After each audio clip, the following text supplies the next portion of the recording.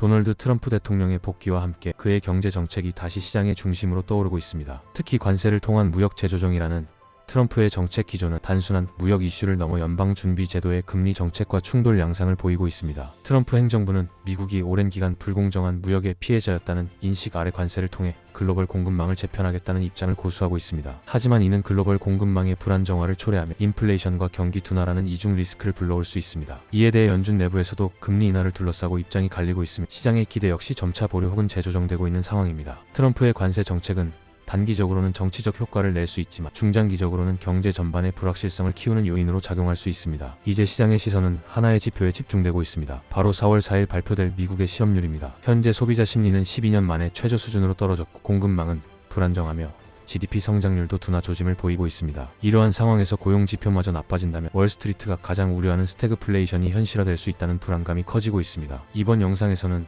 트럼프 정부의 관세 정책과 이에 대한 연준의 대응, 그리고 현재 미국 경제가 마주한 거시적 흐름 속에서 투자자가 어떤 관점으로 시장을 바라보아야 할지 함께 살펴보겠습니다. 도널드 트럼프 대통령이 다시 꺼내든 핵심 경제 정책 중 하나는 바로 관세입니다. 트럼프 대통령은 미국이 수십 년간 불공정한 무역 환경 속에서 피해를 입어왔다고 주장하며 이를 바로잡기 위해 대대적인 관세 정책을 재가동하고 있습니다. 특히 중국을 비롯한 주요 무역 상대국을 대상으로 강경한 관세 부과 방침을 예고하면서 공급망 재편과 제조업 회귀라는 정치적 메시지를 동시에 전달하고 있습니다. 하지만 이러한 관세 정책은 단순히 수입품 가격만을 올리는 것이 아닙니다. 오늘날의 글로벌 공급망은 이미 수년간 촘촘하게 얽혀있는 구조이기 때문에 미국의 관세 조정은 곧바로 다른 국가들의 보복 조치나 생산 차질로 이어질 수밖에 없습니다. 특히 미국 내 많은 기업들이 아시아 지역의 부품 수입에 의존하고 있는 현실을 고려할 때 관세는 오히려 생산비 증가와 소비자 물가 상승으로 연결될 가능성이 큽니다. 게다가 트럼프 행정부는 연방준비제도, 즉 연준의 금리 정책과는 별개로 장기 금리에 대한 관심도 노골적으로 드러내고 있습니다. 최근 스콧 베센트 재무장관은 트럼프 대통령과 함께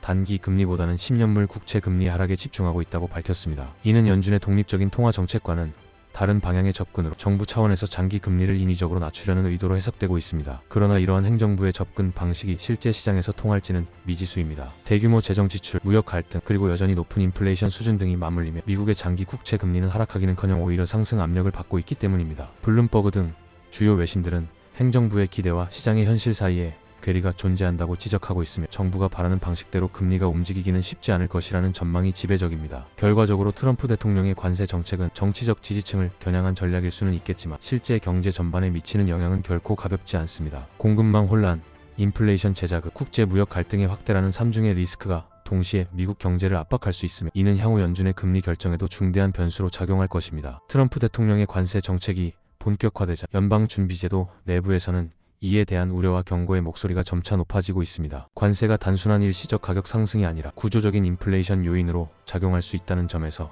연준의 주요 인사들은 서로 다른 표현을 사용하고 있지만 공통적으로 금리 인하에 신중해야 한다는 입장을 내비치고 있습니다. 먼저 알베르토 무살렘 세인트루이스 연방준비은행 총재는 관세 인상이 인플레이션에 미치는 영향이 결코 일시적일 수 없다고 경고했습니다. 그는 수입품 가격 상승뿐 아니라 비수입 상품과 서비스 부문에까지 간접적이고 2차적인 영향을 미칠 수 있다고 지적하며 이러한 흐름이 이어질 경우 연준이 오히려 금리 인상을 고려해야 할 수도 있다는 의견을 내놓았습니다. 이는 연준 의장 제롬 파월이 언급했던 인플레이션은 일시적이라는 판단과는 분명한 차이를 보입니다. 샌프란시스코 연방준비은행의 메리 데일리 총재 역시 관세로 인해 기업들이 실제로 비용 증가를 체감하고 있다고 전했습니다. 현지 기업들과의 미팅을 통해 대부분의 기업들이 관세 부담을 소비자에게 전가할 수밖에 없다고 답했으며 이에 따라 일부 항목은 시간이 지나며 완화될 수 있지만 인플레이션 상승 압력 자체는 피할 수 없을 것이라는 인식을 공유했습니다. 그녀는 금리 인하 가능성을 열어두고는 있지만 기업의 적응 상황을 면밀히 지켜본 뒤 결정하는 것이 합리적이라고 강조했습니다. 리치먼드 연은의 톰 바킨 총재는 한 발 더 나아가 지금 연준이 무엇보다 주목해야 할 변수는 GDP나 실업률보다 인플레이션의 향방이라고 말했습니다. 그는 관세로 인해 기업들의 가격 인상이 불가피하다고 인정하면서도 이로 인해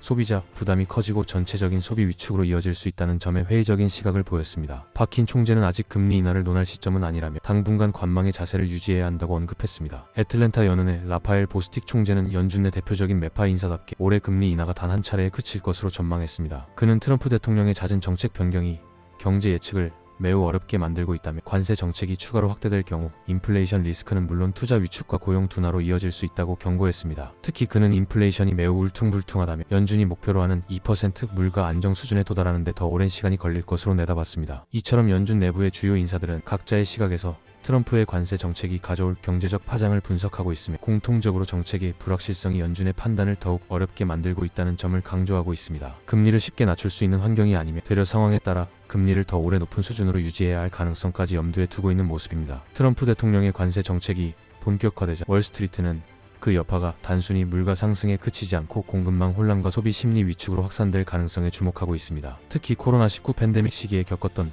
공급망 붕괴로 인한 급격한 인플레이션을 기억하는 투자자들에게는 지금의 상황이 그 악몽을 다시 떠올리게 만드는 요소로 작용하고 있습니다. 실제로 최근 발표된 미국의 개인 소비 지출 지표를 보면 소비자들의 월급은 소폭 상승했지만 소비 지출은 오히려 줄어든 모습을 보이고 있습니다. 외식 대신 집에서 식사를 해결하는 가정이 늘어나고 있으며 동시에 저축률이 상승하는 현상도 함께 나타나고 있습니다. 이는 경제적 불확실성에 대한 소비자들의 방어적 대응으로 해석됩니다. 가장 우려스러운 지표 중 하나는 소비자 심리 지수입니다. 현재 미국 소비자 심리는 지난 12년 사이 최저 수준으로 떨어졌습니다. 인플레이션이 계속해서 생활비를 압박하고 있는 데다 관세로 인해 제품 가격이 추가로 상승할 것이라는 불안감이 확산되면서 소비 심리가 크게 위축되고 있는 상황입니다. 이러한 소비자 행동의 변화는 단기적으로는 수요 감소로 이어지며 기업 실적에도 직접적인 영향을 미칠 수 있습니다. 월스트리트에서는 특히 이 부분을 주목하고 있으며 관세 정책이 실제로 기업들의 이익 감소, 투자 축소, 고용 조정으로 이어질 경우 미국 경제 전반이 둔화 국면에 접어들 수 있다고 보고 있습니다. 게다가 공급망 문제는 단순한 물류 지연이 아니라 글로벌 생산 체계 전반을 재편하게 만드는 구조적 문제로 확산될 가능성이 있습니다. 트럼프 대통령의 보호무역적 성향은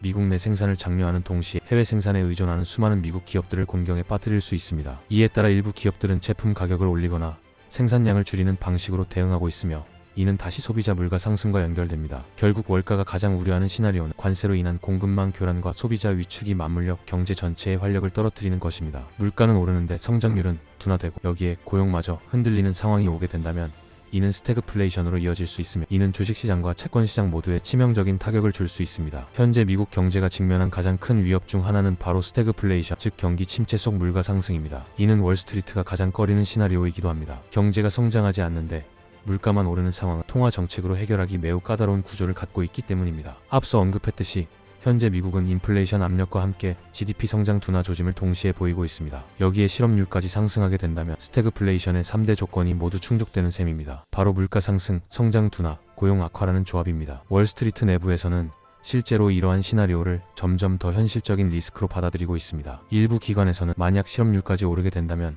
S&P 500 지수가 최대 5,000선 아래로 내려갈 수 있다는 전망까지 조심스럽게 흘러나오고 있습니다. 그만큼 시장은 현재의 경제지표 하나하나에 민감하게 반응하고 있으며 특히 다가오는 4월 4일 실업률 발표에 모든 시선이 집중되고 있는 상황입니다. 스태그플레이션이 우려되는 또 하나의 이유는 이를 통화 정책으로 해결하기 어렵다는 점입니다. 일반적인 경기 둔화 상황에서는 금리를 인하여 경기 부양을 시도할 수 있지만 현재처럼 물가가 높을 경우 금리 인하는 오히려 인플레이션을 더 자극할 수 있는 위험한 선택이 됩니다. 반대로 물가를 잡기 위해 금리를 올리게 되면 이미 둔화 중인 경제에 더 큰 부담을 줄 수밖에 없습니다. 트럼프 대통령의 관세 정책은 이와 같은 복합적 상황을 더욱 어렵게 만들고 있습니다. 공급망을 흔들며 가격 인상을 유도하고 국제적 마찰을 불러일으키는 동시에 연준의 정책 대응을 더욱 제한적으로 만들고 있기 때문입니다. 따라서 지금 시장은 물가와 성장률에 이어 고용지표가 마지막 남은 변수로 작용할 것인지 주목하고 있습니다. 만약 고용시장마저 흔들리는 신호가 감지된다면 스태그플레이션이라는 최악의 시나리오가 현실화될 수 있다는 불안감이 시장을 더욱 위축시킬 가능성이 높습니다. 트럼프 대통령의 관세 정책은 단순히 무역을 조정하는 수단을 넘어 미국 경제 전반에 걸쳐 복합적인 영향을 미치고 있습니다. 공급망 불안,